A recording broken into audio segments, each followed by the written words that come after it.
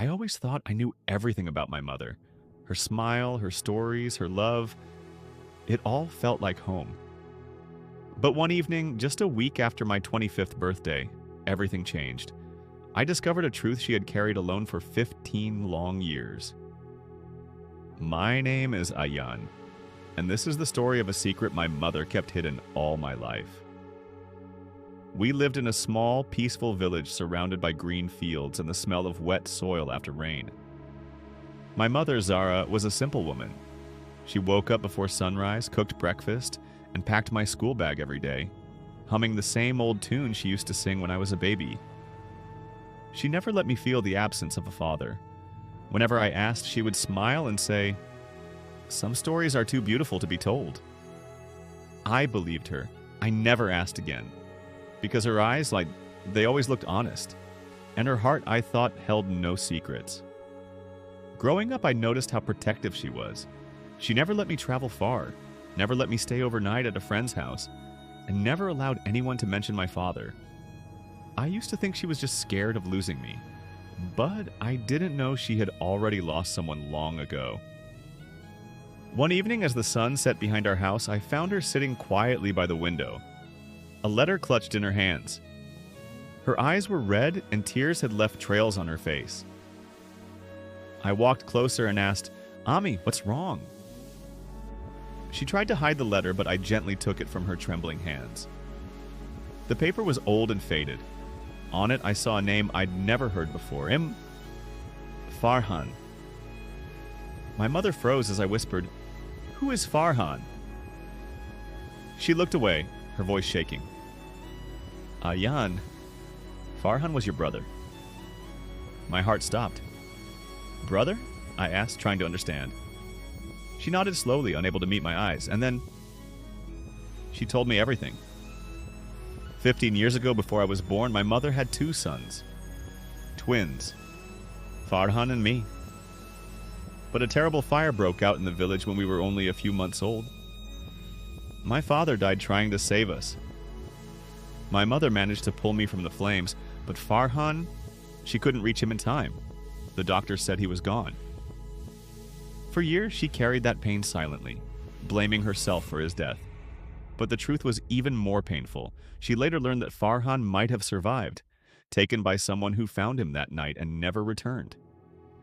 She searched every hospital, every orphanage, every possible place a mother could go. For years, she looked until one day she stopped. Not because she stopped caring, but because she couldn't bear the heartbreak anymore. She decided to raise me with all the love she had left, keeping that secret buried deep within her heart. "You were too young," she whispered through tears, "and I wanted to protect you from the pain that broke me." I sat beside her silent. For the first time, I understood why her eyes always looked heavy, why she cried silently at night when she thought I was asleep. That night, I held her hand and said, "Ami, you don't have to carry this alone anymore." She smiled faintly. "You've always been my strength, Ayan. Maybe it's time the truth sets us both free." The next morning, I went to the city to search for any record of Farhan, the missing twin I never knew existed. I didn't know where to start, but hope has a strange way of guiding us. Days turned into weeks, and then, one day, I found an old adoption file in a government office. A baby rescued from a fire, adopted by a family abroad. The name was different, but the birth date and place were the same. My hands shook as I held the paper.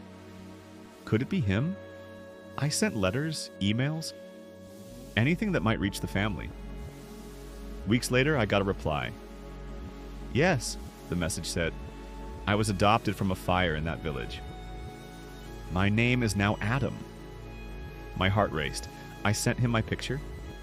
His reply came an hour later, a single line that changed my life. "You look exactly like me." The reunion wasn't dramatic like in movies. It was quiet, emotional, and full of tears. Two brothers, once separated by tragedy, finally found each other again after 25 years. When I brought him home, my mother couldn't speak. She simply reached out and touched his face, whispering, Farhan. And for the first time in years, I saw her smile. A real, peaceful smile. She held both of us in her arms and said, "Now my heart is whole again." I never blamed her for keeping the secret. Sometimes love means hiding pain to protect someone else. And sometimes the truth, no matter how late, can heal everything. Today, I look at my mother with even more respect. She wasn't just my mother, she was a survivor, a protector, and a woman who carried love heavier than any secret. This is not just her story, it's ours. A story of love, loss, forgiveness, and the kind of bond that even time couldn't break.